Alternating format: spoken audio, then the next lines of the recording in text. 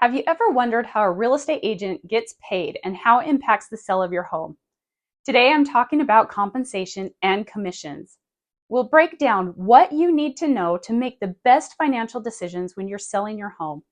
I'm your realtor, Kelly, with Equity Real Estate. First, let's clear up some common misconception.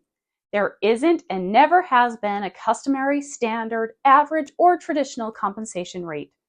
Compensation has always been negotiable and should be based on the value, education, knowledge, experience, and marketing that the agent you hire brings to the table. When you sign a contract with your listing agent, part of the agreement will state the compensation you both agree upon. Remember, no one works for free.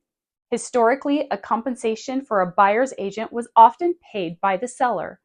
However, commission has always been negotiable. Recent regulations by the Department of Justice state that the responsibility to pay for compensation for a buyer ultimately falls on the buyer. Buyers will need to sign an agreement before any agent can show them a home. This agreement will state that the buyer is responsible for the agent's commission. However, it's important to understand that as a seller, you can still offer a compensation to the buyer's agent.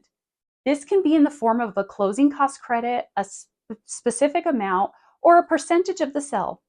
Why would you, as the seller, consider paying this compensation? Think about it from a buyer's perspective.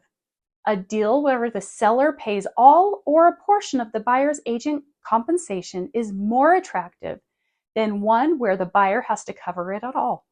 Before the new regulation, compensation for both agents typically came out of proceeds from the escrow, so no one paid out of pocket. Now, if the buyer has to cover their agent's compensation, it adds to their financial burden, which can be tough or impossible for many buyers, especially those first-time home buyers. If no compensation is offered to a buyer's agent from the seller, it stands to reason that many buyers may not be able to make an offer. This could negatively impact the sale of your home and could actually cause you to net less money. Some buyers may not want to look at homes without seller-paid compensation. Others may advise agents to negotiate the commission to be paid for by the seller.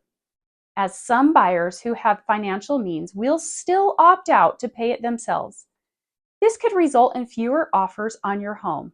Not good, right?